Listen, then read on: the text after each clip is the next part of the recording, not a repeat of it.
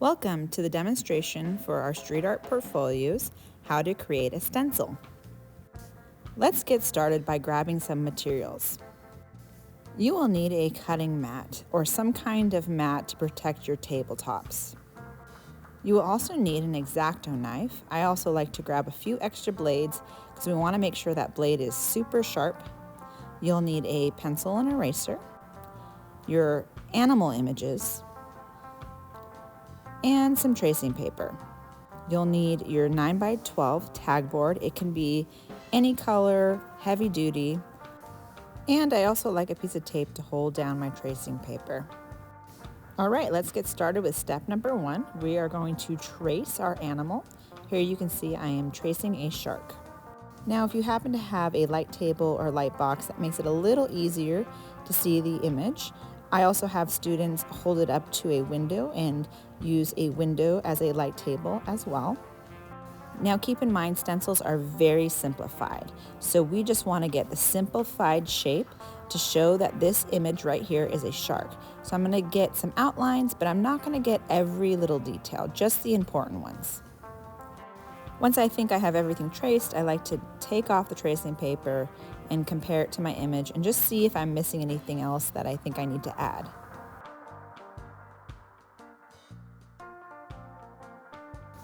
All right, I think this looks pretty good. Let's go ahead and move on to our next step, step number 2. Step number 2 is to turn this into a stencil.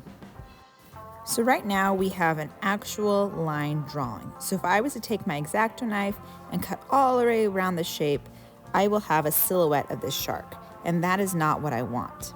What I need to do is create implied lines and shapes. An implied line and shape is not a continuous pathway. These lines and shapes are placed in a composition so that the viewer's brain reads it as a continuous line. So what the heck does that mean? That means we are going to take this drawing of this shark and simplify it into basic lines and shapes. Now keep in mind that all my lines and shapes are going to be cut out. If it makes sense to you, you can also shade in the areas that you're going to cut out so you can start to visualize the stencil a little bit more. In addition, all lines actually need to be shapes, because if you just make a thin slice with the knife, you're never going to get any paint through it, so you need to turn it into a shape. To help hold this stencil together, we do need to create breaks throughout. Remember, implied lines and shapes, so this cannot be a continuous line all the way around. The beauty of stencil making is that you can have so many different ways to approach this. So someone can have the same exact shark, but their stencil can look completely different. So we are using problem-solving skills to figure out how to make this stencil work. And remember, all lines become thin shapes. Okay, you can start to see how this is working. We have a broken up outline at the bottom, and we have larger shapes at the top, and so our eye connects everything so that this reads as a shark. There are no actual lines here. And once you have that stencil working, you are able to transfer your stencil onto the tag board. I usually like to have my students check in with me first to make sure their stencil will work, and then we flip the tracing paper over to do a transfer. Tracing paper is great for a transfer. Once you have a drawing on one side, all you need to do is flip it over and start tracing it on the opposite side, and it's going to do a light transfer onto your drawing paper. And now keep in mind, this only works if it's flipped over and there's pencil on the opposite side. Again, you might want a piece of tape so that this doesn't move, or just hold it down so that it doesn't move with your hands. Double check that you have everything traced before picking up that tracing paper. Again, this is going to give me a very light transfer, but I can always go back in and retrace over my line so that I can see it clearly before cutting out my stencil.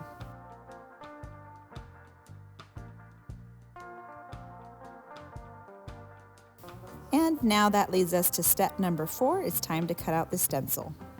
Now, if you're teaching this to a class, I highly recommend going over some safety precautions with an X-Acto knife, because you can easily cut yourself. Some students have never used X-Acto knives before, so just even showing them how to hold the X-Acto knife correctly is very important. Always use a cutting board under your design, never cut into the desks. When cutting your design out, always cut in a downward direction. Shift and turn your stencil around so that your hand is comfortable. Never have your other hand under the design. Hold your knife at a 45-degree angle and cut with heavy pressure. Never leave your knife unattended, and cut towards yourself instead of away from yourself. Remember to turn that design instead of turning the knife. And if you've noticed that your students are struggling with cutting, it may be the knife blade. The tip of the knife breaks off very easily, and so all you need to do is untwist the blade and replace it. This should cut out nice and easy, so if your student is struggling or you are struggling, then double check how you're holding the knife and your blade. And what you'll notice is that some of your students finally get that aha moment when they're actually cutting out their stencil and starting to really understand how stencil making works. Notice that those implied lines and shapes are now creating this image of a shark. But if I was to continuously cut all the way around that outline, all I would have is a silhouette of a shark. And voila, I have a stencil. All right, we're ready to move on to our last and final step. We're going to move on to step number 5. Let's paint our stencil. Okay, so what you're going to need for this is you're going to need your stencil. You'll also need some black acrylic paint. And you can do this in any color. We just like to use black. We use sponges and some form of a palette. And we print directly on our portfolio, but you can print on anything that you like. Now you can print on either side of the stencil. Some students like to do both sides.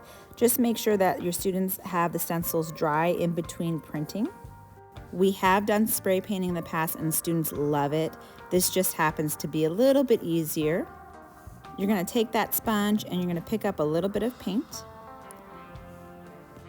Anywhere there's an implied line or shape, we're going to dab that sponge up and down. We don't want too much paint, but we want enough to fill those little holes. So it's important not to move the stencil while you're applying the paint. We like to hold it down with our hand, but you can also apply a little bit of tape to help hold the stencil in place. Make sure you get all those little spaces before removing your stencil. Pick up your stencil before the acrylic paint dries. Just be very careful not to smudge, but some smudges do happen. And let that stencil dry before printing again. Thank you so much for watching, and if you have any questions or comments, please leave them below.